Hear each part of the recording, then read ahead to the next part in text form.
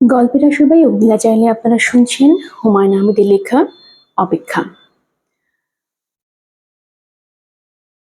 ফাতেমার মেজাজ আজ খুব চড়ে গেছে। মেজাজ চড়ার মতো তেমন কোনো বড় ঘটনা ঘটেনি। মাঝে মাঝে অতি তুচ্ছ ব্যাপারে তার মাথায় রক্ত উঠে যায়। তখন তিনি কি বলেন বা কি করেন নিজেই জানেন না। এখন তার চোখ রক্তবর্ণ, কথা জড়িয়ে যাচ্ছে। তিনি সুপ্রভাত দিকে তর্জনী উঁচিয়ে বলছেন, তোর মাকে বল এক্ষুনি বাড়ি থেকে বের হতে, এক্ষুনি। অনেকদিন ফকির খাওয়ানো হয়েছে, আর না। হোটেলের ফ্রি খাওয়া, ফ্রি থাকা যথেষ্ট হয়েছে। এখন পথে নামতে বল, গতির খাটিয়ে খেয়ে দেখুক কেমন লাগে।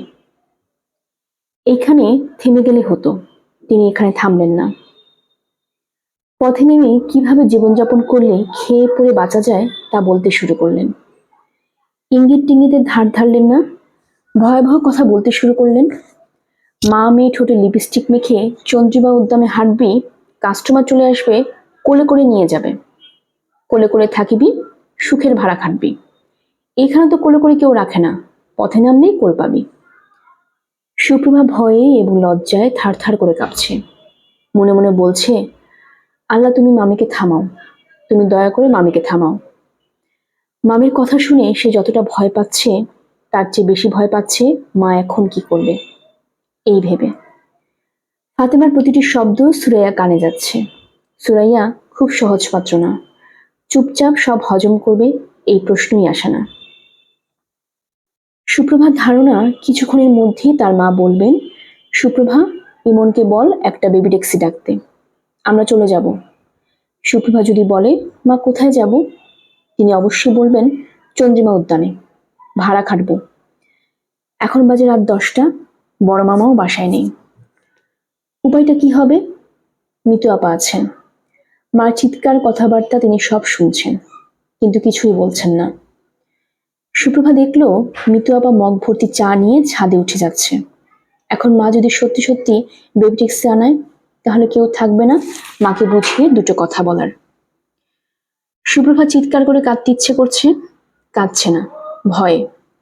কাঁদলে বড় মামি আরো রেগে যেতে পারেন। যে ঘটনা থেকে এই আগতপাত, সে ঘটনা খুবই সামান্য। ফাতেমার পায়ে পানি এসে পা ফুলে গেছে। কাজের মেয়েকে বলেছেন 1 গামলা গরম পানি এনে দিতে। গরম পানিতে পা ডুবিয়ে বসে থাকবেন। সে পানি আনতে অনেক দেরি করলো, কারণ সে সুরাইয়াকে দোতলায় ভাত দিতে গিয়েছিল। ফাতেমা বললেন, ভাত ঘরে দিয়ে আসতে হবে কেন, নিচে নেমে খেতে পারে না? কাজের মেয়ে বলল, আম্মা, আমি ছোট মুখে অত বড় কথা বলি কেমনে? ভাত চায় ভাত দিয়ে আসি, চা চায় চা দিয়ে আসি, ফ্রিজে ঠান্ডা পানি চায় পানি দিয়ে আসি। আমার কাম হয়েছে সিঁড়ি বাবা। আম্মা, আমার ক্ষমা দেন, চাকরি অনেক করছি, আর না। ফাতেমার বারুদের বস্তায় আগুন লেগে গেল। প্রথমে গরম পানি গামলা লাথি মেরে উল্টে দিলেন, শুরু করলেন চিৎকার। দুর্ভাগ্যক্রমে সুপ্রভা তখন তার সামনে। সে সরে পড়তে চেয়েছিল। ফাতেমা কঠিন গলায় বললেন, খবরদার মেয়ে, নড়বি না, খবরদার বললাম। ফাতেমার চিৎকার থামার পর সুপ্রভা খুব সাবধানে দোতলায় উঠল। মার ঘরে উকি দিল। মা রাতের খাওয়া শেষ করেছেন, দেয়ালে হেলান দিয়ে খাটে বসে আছেন। তাকে দেখেই বোঝা যাচ্ছে চিৎকার চেঁচামেচি সবই কানে গেছে। তার চোখ মুখ অস্বাভাবিক শান্ত। এই অস্বাভাবিক শান্ত ভাবটা মারাত্মক। আজ খুবই ভয়ঙ্কর কিছু ঘটবে। সুরাইয়া মেয়ের দিকে তাকিয়ে অত্যন্ত স্বাভাবিক গলায় বললেন, সুপ্রভা, রাতের খাওয়া খেয়েছিস? সুপ্রভা ভয়ে ভয়ে বলল, হুম। ইমন, ইমন খেয়েছে? হুম। আমাকে একটু পান সুপারি এনে দে তো, পান খেতে ইচ্ছে করছে। চুন আলাদা করে আনবি। আচ্ছা। সুপ্রভা পান আনতে নিচে গেল। মার ব্যাপারটা এখনো কিছু বোঝা যাচ্ছে না। অতি স্বাভাবিক আচরণ করছেন, সেটাই অস্বাভাবিক। সুপ্রভার ভয় লাগছে। মিতু আপাকে ছাদ থেকে ডেকে নিয়ে আসতে ইচ্ছে করছে। মিতু আপা আশেপাশে থাকলেও একটা ভরসা। পিরিচি করে 2টা বানানো পান সুপ্রভার মার জন্য এনেছে। এক পাশে চুন, আরেক পাশে মৌরি, 2টা এলাচ, যেন পিরিচির দিকে তাকালেই মার মনটা ভালো হয়। সুপ্রভা, জিমা, ইমন কি করছে? পড়ছে। ওকে একটু ডাকতো। ওর সঙ্গে কথা আছে। আচ্ছা, তোর বড় মামা কি বাসায় আছে? জি না। ভাইজান কখন ফিরেন? 11টার মধ্যে সবসময় ফিরেন। এখন কটা বাজে? 10টা 10। তুই ইমনকে খবর দে। সুপ্রভা ভাইকে ডাকতে গেল। তাকে বলে দিতে হবে যে তার সম্পর্কে মাকে সে একটা মিথ্যা কথা বলেছে। সে বলেছে ভাইয়া ভাত খেয়েছে, আসলে তারা দুজনে কেউই ভাত খায়নি। ইমন পর্দা সরিয়ে মার ঘরে ঢুকলো। শান্ত গলায় বলল, মা ডেকেছো? দেখলেন ইমনের বসার ভঙ্গি অবিকল তার বাবার মতো। শুধু যে বসার ভঙ্গি তাই না, তাকানোর ভঙ্গিও সেই রকম। ওই তো ভ্রু কুঁচকে আছে, কপালের চামড়ায় সূক্ষ্ম ভাঁজ পড়েছে। এই বয়সে কেমন গম্ভীর গম্ভীর ভাব। গলার স্বরটাও কি বাবার মতো? কখনো সেভাবে লক্ষ্য করা হয়নি। একদিন ইমনকে বলতে হবে টেলিফোনে তার সঙ্গে কথা বলতে। টেলিফোনের কথা শুনতে বলতে পারবেন ইমনের গলার স্বর তার বাবার মতো কিনা। ইমন, জি? তোর মামি যেসব কথাবার্তা বলছিল শুনছিলি? হ্যাঁ। ভ্রু কুচকে আছিস কেন? ভ্রু সোজা করে কথা বল। তোর মামির কথা শুনেছিস? শুনেছি। এরপরও কি আমাদের এ বাড়িতে থাকা উচিত? হ্যাঁ, উচিত। সুরাইয়া বিস্মিত হয়ে বললেন, উচিত কেন? উচিত কারণ আমাদের যাবার কোনো জায়গা নেই। সুরাইয়া তীক্ষ্ণ গলায় বললেন, যাবার জায়গা থাকতে নাই পারে, রাস্তায় থাকবো। রাস্তায় মানুষ বাস করে না। পাগলের মতো কথা বলে তো মা হবে না। পাগলের মতো কথা? কোন কথাটা পাগলের মতো বললাম? বেশিরভাগ কথাই তুমি পাগলের মতো বলো। তোর ধারণা আমি পাগল? এমন কিছু বলল না, চুপ করে রইল। সুরাইয়া চোখ মুখ লাল করে বললেন, খবরদার, চুপ করে থাকবি না। তোর ধারণা আমি পাগল? বল, আমি পাগল? কিছুটা পাগলামি তোমার মধ্যে আছে। এত বড় কথা তুই বলতে পারলি? পাগল যদি হয়েই থাকি, কেন পাগল হয়েছি তুই জানিস না? কথার জবাব দে, চুপ করে থাকবি না। কথার জবাব দেওয়ার কিছুই নেই। কথার জবাব দেওয়া মানে কথার পিঠে কথা বলা। আমি একটা কথা বলবো, তুমি তার উত্তরে 5টা কথা বলবে। আবার আমি বলবো, লাভ কি? লাভ কি মানে? তুই কি সবসময় লাভ লোকসান থেকে চলিস? তুই কি লাভ লোকসানের দোকান খুলেছিস? একজন আমাকে আর আমার মেয়েকে বেশ্যা বলবে, তারপরও তার বাড়িতে আমি থাকবো? কোন যুক্তিতে থাকবো? যুক্তি একটাই, আমাদের যাবার জায়গা নেই। তাছাড়া মামি রেগে গিয়ে কি বলেছেন সেটা বড় কথা না। রেগে গেলে আমরা সবাই কুৎসিত সব কথা বলি। মামি যেমন বলেন তুমিও বলো। আমি বলি? কখন বলেছি? কি বলেছি? কখন বলেছো কি বলেছো সেসব তো মা আমি লিখে রাখিনি। তবে অনেকবারই অনেক কুৎসিত কথা বলেছো। যখন বলেছো তখন লজ্জা মরে যেতে ইচ্ছে করেছে। ইচ্ছে করেছে? যখন তখন মরে গেলেই পারতিস। ছাদে উঠে ছাদ থেকে ঝাঁপ দিলেই পারতি। সেটা দিতে সাহস হয় না? মেনি বিড়াল হয়ে থাকতে ভালো লাগে? তুমি কুৎসিত কথা বলা শুরু করেছো মা। কথা কথা মা ডাকবি না। তোর মতো ছেলের মুখ থেকে মা ডাকতে শুনতে চাই না। তোর জ্ঞান বেশি হয়ে গেছে, তুই মহাজ্ঞানী হয়ে যাচ্ছিস। মহাজ্ঞানী পুত্রের আমার দরকার নেই। শোন মহাজ্ঞানী, আমি এই বাড়িতে থাকবো না। কোথায় যাবে? কোথায় যাবো সেটাও জানা দরকার নেই। সুপ্রভাকে নিয়ে আমি এখন এই মুহূর্তে বিদায় হব। তোর মামাম যদি আমার পায়ে এসে পড়ে থাকে তারপরেও থাকবো না। ঠিক আছে, অবশ্যই ঠিক আছে। তুই এখন আমার সামনে থেকে যা। দয়া করে একটা বেবি ট্যাক্সি এনে দে। আচ্ছা। ইমন মার ঘর থেকে বের হলো। সুরাইয়া কাঁদতে শুরু করলেন। তিনি শব্দ করে কাঁদছেন, তার হাত পা কাঁপছে। দরজার আড়াল থেকে সুপ্রভা দেখছে, কিন্তু মাকে শান্ত করার জন্য এগিয়ে আসছে না। তার শুধু মনে হচ্ছে পরিস্থিতি নিয়ন্ত্রণের বাইরে চলে যাচ্ছে। সুরাইয়া তীক্ষ্ণ গলায় ডাকলেন, সুপ্রভা, সুপ্রভা। সুপ্রভা জবাব দিল না। সুরাইয়া বিছানা থেকে নামলেন, চটি পায়ে দিলেন, গায়ে একটা চাদর দিলেন। আর তখনই ইমন ঘরে ঢুকে বলল, মা তোমার বেবি ট্যাক্সি এনেছি। তুমি যদি যেতে চাও যাও, আর যদি যেতে না চাও আমি বেবি ট্যাক্সি বিদায় করে দেব। মা একটা কথা, তুমি কিন্তু একা যাবে, তোমার সঙ্গে সুপ্রভা যাবে না। সুরাইয়া অবাক হয়ে দেখলেন ইমন কঠিন গলায় কথা বলছে। ওই তো সেদিন এতটুকু বাচ্চা ছিল, বিছানা ভিজিয়ে সেই ভেজা বিছানায় শুয়ে থাকতো, একটু কাঁদতো না। ঠান্ডা লেগে জ্বর বাঁধাতো। একবার একটা উড়ন্ত মাছি হাত বাড়িয়ে খপ করে মুখে ধরে পুড়িয়ে দিল। কিছুতেই আর মুখ খুলল না। অনেক সাধ্য সাধনা করে মুখ খোলানো হলো। কি কাণ্ড! মুখ খুলতেই মাছি উড়ে বাইরে চলে গেল। আর মাছির শোকে মনে সে কি কান্না। সুরাইয়া একাই বেবি ট্যাক্সিতে উঠলেন। সুপ্রভা কাঁদো কাঁদো গলায় বলল, মা একটা কথা শুনবে? সুরাইয়া তীব্র গলায় বললেন, খবরদার, কোনো কথা না, খবরদার। তিনি বেবি ট্যাক্সিওয়ালাকে বেবি ট্যাক্সি চালাতে বললেন। বেবি ট্যাক্সিওয়ালা বলল, কই যাইবেন? তাইলে তিনি কোথায় যাবেন? অনেক চেষ্টা করে তিনি কোনো ঠিকানা মনে করতে পারলেন না। এমন কেউ কি আছে যার কাছে আজ রাতটা কাটানো যায়? থাকার তো কথা। তার দূর সম্পর্কে এক খালা, মিলি খালা থাকেন যাত্রাবাড়িতে। মিলি খালার সঙ্গে এক সময় ভালো যোগাযোগ ছিল। যাত্রাবাড়িতে তার বাসায় সুরাইয়া কয়েকবার গিয়েছে, কিন্তু এখন খুঁজে ঠিকানা বের করতে পারবে না। কলেজ জীবনে কয়েকজন ঘনিষ্ঠ বান্ধবী ছিল, তারা এখন কে কোথায় আছে কিছুই জানেন না। আগে যে বাড়িতে থাকতেন সে বাড়িতে গেলে কেমন হয়? বাড়িওয়ালার স্ত্রী যদি বলেন, আজ রাতটা আমি আপনার বাড়িতে থাকবো, তিনি নিশ্চয়ই তাকে বের করে দেবেন না। আগের বাড়ির ঠিকানা তিনি জানেন। বেবি ট্যাক্সিওয়ালা আবারও বলল, কই যাইবেন? তিনি বললেন, মালিবাগ। 30 টাকা ভাড়া পড়বো। 30 টাকাই দেব। তার সঙ্গে টাকা আছে, খুব বেশি না, তবে আছে। 700 টাকার মতো আছে, কিছু ভাঙতিও থাকার কথা। আগের বাড়িওয়ালা বাড়িতে না গিয়ে কোনো একটা হোটেলে কি উঠা যায় না? মাঝারি মানে কোনো হোটেল। খুবই কি অস্বাভাবিক হবে? একা মেয়ে দেখে হোটেলওয়ালা কি তাকে ঘর দেবে না? আচ্ছা, বেবি ট্যাক্সিওয়ালাকে যদি বলেন, ভাই শুনুন, আজকে রাতটা আমি আপনার ফ্যামিলির সঙ্গে কাটিয়ে দিতে চাই, সকালবেলা আমি জায়গা খুঁজে নেব, তখন কি হবে? খুবই আশ্চর্য ব্যাপার, দীর্ঘদিন তিনি যে বাড়িতে ছিলেন সেই বাড়ি খুঁজে পেলেন না। গলিতে ঢোকার মুখে মদিনা কাবাব হাউস বলে একটা দোকান ছিল, সেটাও নেই। গলিটাও অন্যরকম লাগছে।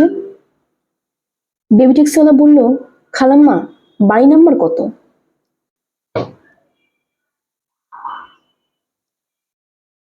তিনি বাড়ি নাম্বার বলতে পারলেন না।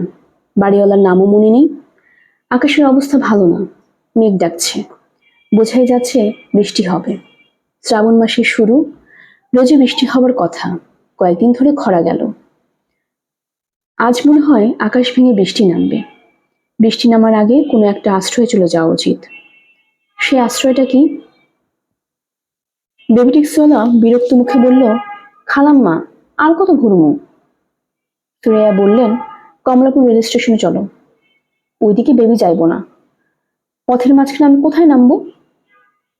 বৃষ্টির ফোঁটা পড়তে শুরু করেছে, ঠান্ডা হাওয়া দিচ্ছে। সুরাইয়া মনে হলো তার জ্বর আসছে। জ্বর না এলে অল্প হাওয়াতেই এমন কেঁপে কেঁপে উঠতেন না। খালাম্মা, আমি কমলাপুর যাবো না, ভাড়া মিটাইয়া দেন। সুরাইয়া মনে হলো তিনি বিপদে পড়েছেন। আশ্চর্য ব্যাপার হচ্ছে, বিপদে পড়লেও তিনি অস্থির বোধ করছেন না, বরং ভালো লাগছে। খুব খারাপ সময়ের পরপরই খুব ভালো সময় আসে, এটা জগতের নিয়ম। বেবি ট্যাক্সিওয়ালা রাস্তার মাঝখানে তাকে নামিয়ে দিবে, তিনি বৃষ্টিতে ভিজতে থাকবেন। পথে পানি জমে যাবে, পানি ভেঙে তিনি এগোতে থাকবেন। কোনো খোলা ম্যানহোলে ইচট খেয়ে তিনি নোংরা পানিতে পড়ে যাবেন। তার হাত থেকে ছিটকে হ্যান্ডব্যাগটা পড়ে যাবে, তিনি আর সেই ব্যাগ খুঁজে পাবেন না। নোংরা কাদা পানিতে তার শরীর মাখামাখি হয়ে যাবে। তখন দেখবেন গোল টাইপের কিছু মানুষ দূর থেকে তাকে দেখছে, তাদের মধ্যে একজন পানিতে ছপ ছপ শব্দ তুলে এগিয়ে আসছে। এর চেয়ে খারাপ অবস্থা তো কিছু হতে পারে না। এরকম খারাপ অবস্থার পরে ভালো অবস্থা আসে। সেই ভালো অবস্থাটা কি? বৃষ্টি জোরে সোরে নেমেছে, বেবি ট্যাক্সিওয়ালা তাকে নামিয়ে দেয়নি, বরং বেবি ট্যাক্সি চালিয়ে নিয়ে যাচ্ছে। মনে হয় কমলাপুর রেল স্টেশনের দিকেই নিয়ে যাচ্ছে। তিনি কিছু জিজ্ঞেস করলেন না। নিয়ে যাক, যেখানে খুশি নিয়ে যাক। বেবি ট্যাক্সি থেকে বৃষ্টি দেখতে তার ভালো লাগছে। শীত ভাবটা যদিও আর প্রবল হয়েছে। আচ্ছা, আজ রাতে তার জীবনে বিস্ময়কর কোনো ঘটনা ঘটবে না তো? কমলাপুর রেল স্টেশনে নেমে যদি দেখেন ইমনের বাবা ট্রেন থেকে নেমেছে, রিক্সা খুঁজছে। ঝড় বৃষ্টির রাত বলে রিক্সা পাচ্ছে না। তাদের বেবি রিক্সা থামতে দেখে মানুষটা এগিয়ে এলো। তাকে সম্পূর্ণ অগ্রাহ্য করে বেবি রিক্সাওয়ালার সঙ্গে কথা বলছে। ভাড়া যাবে? কোথায় যাবেন? মালিবাগ যাব। মালিবাগের কোনখানে? রেল ক্রসিং পার হয়ে গলিতে ঢুকতে হবে। গলির মোড়ে একটা কাবাবের দোকান আছে, মদিনা কাবাব হাউস। কাবাব হাউস পার হয়ে অল্প একটু গেলেই হবে। তখন পেছনের সিট থেকে সুরাইয়া বলবে, তোমার কি বাড়ির নাম্বার মনে আছে? বাড়ির নাম্বার কিংবা বাড়িওয়ালার নাম মনে না থাকলে বাড়ি খুঁজে পাবে না। তখন মানুষটা দারুণ অবাক হয়ে বলবে, আরে সুরাইয়া, তুমি তুমি কোত্থেকে? সুরাইয়া ক্লান্ত ভঙ্গিতে বলবেন, জানি না কোত্থেকে। মানুষটা বলবে, তুমি এরকম কেঁপে কেঁপে উঠছো কেন? জ্বর নাকি?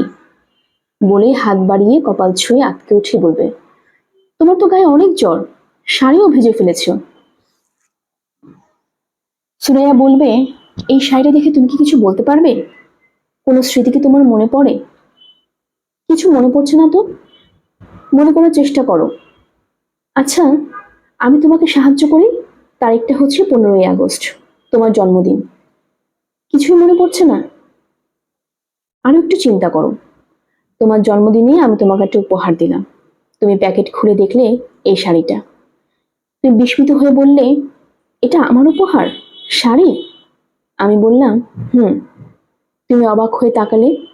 তখন আমি বললাম, শাড়িটা তোমাকে দিলেও পরবো আমি, এবং এই শাড়ি পরে সুন্দর হয়ে তোমার সামনে উপস্থিত হব। কাজে উপহারটা তোমার জন্যই হলো, তাই না? তুমি চেয়ে বললে, হ্যাঁ, অবশ্যই আমার জন্য। এই শাড়ি আমি বছরে শুধু একবারই পরি, তোমার জন্মদিনে, 15ই আগস্ট। আজ 15ই আগস্ট। মজার ব্যাপার কি জানো? আজ যে তোমার জন্মদিন, তোমার ছেলেমেয়েরা তা জানে না। আজকের মতো দিনে তাদের কারণে আমি বাড়ি থেকে বের হয়ে এসেছি। এসে অবশ্য ভালোই হয়েছে, তোমার সঙ্গে দেখা হয়ে গেল। সুপ্রভা কাঁদছে। ইমন গম্ভীর মুখে বসে আছে। বোনকে সান্ত্বনা দিয়ে কোনো কথা বলছে না। কিছুক্ষণ আগে মিতু এসেছিল, সে কিছুক্ষণ বসে উঠে চলে গেছে। সুপ্রভা কাঁদতে কাঁদতে বলল, ভাইয়া, মা এখন কোথায়? ইমন বলল, আমি কি করে বলবো কোথায়? তোমার দুশ্চিন্তা হচ্ছে না? হচ্ছে। খুঁজতে যাবে না? কোথায় খুঁজবো? সুপ্রভা চোখ মুছছে। ইমন বোনের দিকে তাকিয়ে আছে, তার চোখ মুখ কঠিন। তাকে দেখে মনে হচ্ছে সে খুব রেগে আছে। ভাইয়া, বাইরে খুব ঝড় বৃষ্টি হচ্ছে। বর্ষাকালে ঝড় বৃষ্টি তো হবেই। তোমার একটুও দুশ্চিন্তা লাগছে না? সুপ্রভা, শোন, মায়ের পাগলামি যত দিন যাচ্ছে তত বাড়ছে। কেউ মাকে কিছু বলছে না। মাকে বলা উচিত না? সে বলাটাই বলেছি। মা আজ একটা ধাক্কা মনে খাবে, এতে তার লাভ হবে। ক্ষতিও তো হতে পারে। হ্যাঁ, ক্ষতিও হতে পারে। এই রিস্ক আমাদের নিতেই হবে। মা বাস করছে কল্পনার জগতে। মার জগতের সঙ্গে বাস্তবের জগতের কোনো মিল নেই। বাস্তব পৃথিবীটা কেমন তার দেখা উচিত। তুমি টিচারদের মতো করে কথা বলবে না তো ভাইয়া? আমার ভালো লাগছে না। তুমি এরকম শান্ত ভঙ্গিতে কিভাবে বসে আছো আমি সেটাই বুঝতে পারছি না। তুমি সত্যি মাকে খুঁজতে যাবে না? না, আমি বড় মামাকে নিয়ে মার খোঁজে যাব। বড় মামা সকালবেলা চিটাগাং গিয়েছে, আজ রাতে ফিরবেন না। সুপ্রভা, শোন, তুই আমার সঙ্গে বসে কাঁদবি না, দেখতে খারাপ লাগছে। সুপ্রভা উঠে চলে গেল। যে ভঙ্গিতে গেল তাতে মনে হলো এক্ষুনি সে একাই বাড়ি থেকে বের হয়ে যাবে। সে গেল দোতলার বারান্দায়, রেলিং ধরে দাঁড়িয়ে থাকলো। তার চোখে মুখে বৃষ্টি পড়ছে, বৃষ্টির পানিতে এবং চোখের জলে একাকার হয়ে যাচ্ছে। অনেকক্ষণ ধরে টেলিফোন বাজছে। মিতু উঠে গিয়ে রিসিভার হাতে নিয়ে হ্যালো বলতে ওপাশ থেকে টেলিফোন রেখে দিল। কিছুক্ষণ পর আবার টেলিফোন।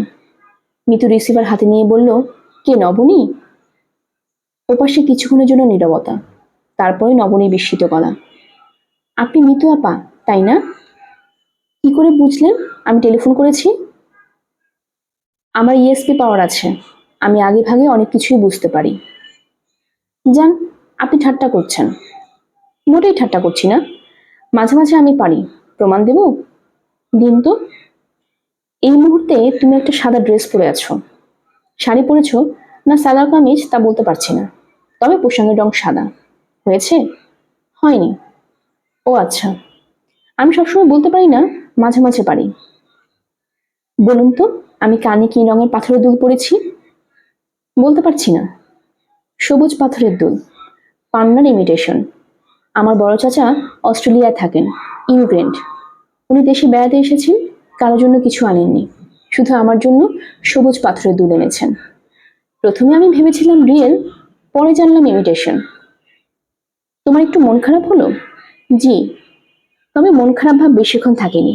দুল জোড়া যে কি সুন্দর, দেখলেই আপনার মাথা ঘুরে যাবে। আচ্ছা, একদিন দেখব। আপা শুনুন, আপনি কি করে বললেন যে আমি সাদা শাড়ি পরে আছি? আমি বলতে পারিনি। না, পেরেছেন। আমি আসলে মিথ্যা করে বলেছি, পারেননি। আমি সাদা সালোয়ার কামিজ পরেছি। এই সেটটা আমার মা আমাকে কিনে দিয়েছেন। গতবার আমরা দিল্লি গেলাম, দিল্লি থেকে কেনা। দিল্লিতে একটা আন্ডারগ্রাউন্ড মার্কেট আছে, পালিকা বাজার। মা পছন্দ করে কিনেছেন, আমার দু চক্ষের বিষ। সাদা রং হচ্ছে বিধবার রং, তাই না পা? আমার ফেভারিট কালার কি জানেন? আমার ফেভারিট কালার হচ্ছে রেড। আমি একটা বইয়ে পড়েছি, লাল রং যাদের প্রিয় তারা মানুষ হিসেবে খুব ভালো হয়। আপা শুনুন, আমার এখন টেলিফোন রেখে দিতে হবে। আপনি কি আমার জন্য ছোট একটা কাজ করে দিতে পারবেন? হ্যাঁ, পারবো। এমনকি কিছু বলতে হবে? জি, আগামী পরশু ওনার আমাকে পড়াতে আসার কথা। ওই দিন আমার ছোট খালার ছেলের বার্থডে। আমাকে বার্থডেতে যেতে হবে। এমনকি বলবো সে যেন তোমাকে পড়াতে না চায়? না না, আমি পড়া মিস দিতে চাই না। এমনিতেই আমি খুব খারাপ ছাত্রী। আপনি শুধু বলবেন উনি যেন একটু দেরি করে আসেন। একটু দেরি মানে কতক্ষণ দেরি? 1 ঘন্টা? আচ্ছা, 1 ঘন্টা। আপা আসলে আমি জন্মদিনে যেতেই চাচ্ছিলাম না, কিন্তু আমার এই কাজিন আমাকে খুব পছন্দ করেন। খুব পছন্দ করে শুনে আপনি আবার অন্য কিছু ভেবে বসবেন না। ওর বয়স হলো 7 বছর। ও আচ্ছা, তাহলে আপা আমি এখন রাখি। আপনার সঙ্গে কথা বলতে আমার এত ভালো লাগে, মনে হয় কতদিনের যে চেনা। আচ্ছা আপা, আপনাদের ওইদিকে বৃষ্টি হচ্ছে? হচ্ছে। আমাদের দিকেও হচ্ছে। বর্ষাকাল আমার কাছে জঘন্য লাগে। বৃষ্টি বৃষ্টি বৃষ্টি। তবে সবচেয়ে জঘন্য লাগে শীতকাল। শীতকালে চামড়া ফেটে যায় এই জন্যে। আমার আবার খুব ড্রাই স্কিন কিনা। আপা, আপনার স্কিন কি অয়েলি না ড্রাই? ঠিক জানি না, আমার মনে হয় মাঝারি ধরনের। আপনার গায়ের রং তাহলে শ্যামলা। শ্যামলা মেয়েদের স্কিন হয় নর্মাল, আর যারা খুব ফর্সা তাদের স্কিন হয় খুব ড্রাই, নয়তো খুব অয়েলি হবে। এই জন্যে মাঝে মাঝে আমার কাছে মনে হয় শ্যামলা হয়ে কেন জন্মালাম না। লোকে আমাকে বলতো কালো বলতো। লোকের বলায় কি যায় আসে, তাই না আপা? হ্যাঁ তাই। আচ্ছা এখন রাখি। খুদা হাফিজ। সরি সরি, আল্লাহ হাফিজ। আমার এক হুজুর আছেন, উনি আমাকে বলেছেন কখনো যেন খুদা হাফিজ না বলি, সবসময় যেন আল্লাহ হাফিজ বলি। দুটো তো একই। না, এক না, কি জন্য একটা ডিফারেন্স আছে। আচ্ছা, আমি হুজুরকে জিজ্ঞেস করে আপনাকে জানাবো। টেলিফোন রেখে মিতু ঢুকলো ইমনের ঘরে। সহজ স্বাভাবিক গলায় বলল, ইমন, তুই উঠে পড়ে কাপড় পরতো, এক জায়গায় যাব। কোথায়? কমলাপুর রেল স্টেশনে। আমার সিক্স সেন্স বলছে ফুপু কমলাপুর রেল স্টেশনে বসে আছেন। ইমন বিরক্ত গলায় বলল, তুই তোর সিক্স সেন্সের ফাজলামি আমার সঙ্গে করবি না। তোর ধারণা হয়েছে মা রেল স্টেশনে, তুই সেই ধারণার কথা বলবি? রেগে যাচ্ছিস কেন? রাখছি না। অবশ্যই রাখছিস। যত রাখছিস ততই কুজো হচ্ছিস। ঘাড় সোজা করে বসতে পারিস না? Handbag of Dhaka. বেবি ট্যাক্সিতে উঠেই মিতু হাসি হাসি মুখে বলল, আচ্ছা শোন, তোকে একটা জটিল প্রশ্ন জিজ্ঞেস করি। তুই তো আবার ঠান্ডা মাথার ছেলে, ভেবে চিন্তে জবাব দে। মনে কর একটা ছেলে এবং একটা মেয়ে ছোটবেলা থেকে একসঙ্গে বড় হয়েছে। তাদের মাঝে তুই তুই সম্পর্ক। বড় হয়ে তারা বিয়ে করলো। বিয়ের পরে যদি মেয়েটা স্বামীকে তুই তুই করে বলে, তাহলে স্বামী বেচারা কি রাগ করবে? ইমাম জবাব দিচ্ছে না, বিস্মিত হয়ে তাকিয়ে আছে। মিতু হালকা গলায় বলল, তোকে আরো কিছু হিন্টস দিয়ে দেই। ধরে নে ছেলে এবং মেয়ে ফার্স্ট কাজিন। একই। এরকম রাগে চোখে তাকিয়েছিস কেন? ঠাট্টা করছি। আমি ঠাট্টাও করতে পারবো না? ইমন বলল, এই ধরনের ঠাট্টা আমার পছন্দ না। মিতু হাই তুলতে তুলতে বলল, ঠাট্টা পছন্দ না তাহলে ঠাট্টা না, সত্যি কথাই বলছি। এখন বল, বিয়ের পরে তোকে যদি আমি তুই তুই করে বলি, তুই কি রাগ করবি? আচ্ছা বাবা যাক, জবাব দিতে হবে না। বিয়ের পর তুমি করেই বলবো। বিয়ের পর কেন, এখন থেকেই বলবো। ইমন তাকিয়ে আছে, কি বলবে ভেবে পাচ্ছে না। মিতু বলল, এই তুমি তো ভিজে যাচ্ছ, আর একটু সরে এসে বসো। বলেই মিতু হাসতে শুরু করলো। তার হাসি আর থামেই না। ইমন খুব চেষ্টা করছে মিতুর উপর রাগ করতে পারছে না, বরং অন্যরকম মায়ায় সে অভিভূত হয়ে পড়ছে।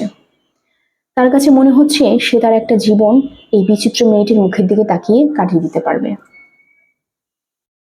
আপনারা শুনছিলেন হুমায়ুন আহমেদের লেখা গল্প অপেক্ষা। আজ ছিল এর 10ম পর্ব। আমরা প্রায়ই গল্প পড়ে থাকি। আমাদের গল্প পাঠ আপনাদের কাছে ভালো লেগে থাকলে সাবস্ক্রাইব করে পাশে থাকবেন, বন্ধুদের সাথে শেয়ারও করবেন। ধন্যবাদ, ভালো থাকবেন।